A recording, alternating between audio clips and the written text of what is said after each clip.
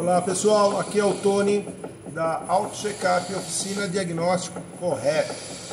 Reclamação do cliente, barulho. E o que nós estamos fazendo? Utilizando máquina da Rudicar. E o que é mais legal é que a gente consegue realmente ter um grande diagnóstico, bem preciso, tá? O que é precisão? Todo mundo fala, é bieleta, isso, aquilo. Mas eu gosto de você colocar a mão aqui, ó, e sentir a folga com o carro movimentando, ó. E eu travar ele, vou soltar. Inclusive você consegue ver a oscilação dele aqui, ó. Por quê? Porque às vezes o que acontece?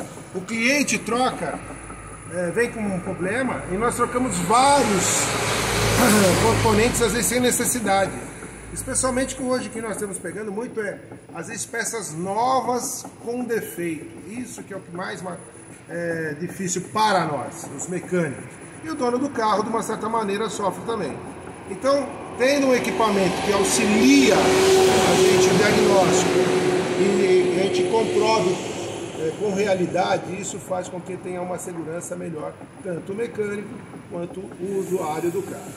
Ok? Um abraço.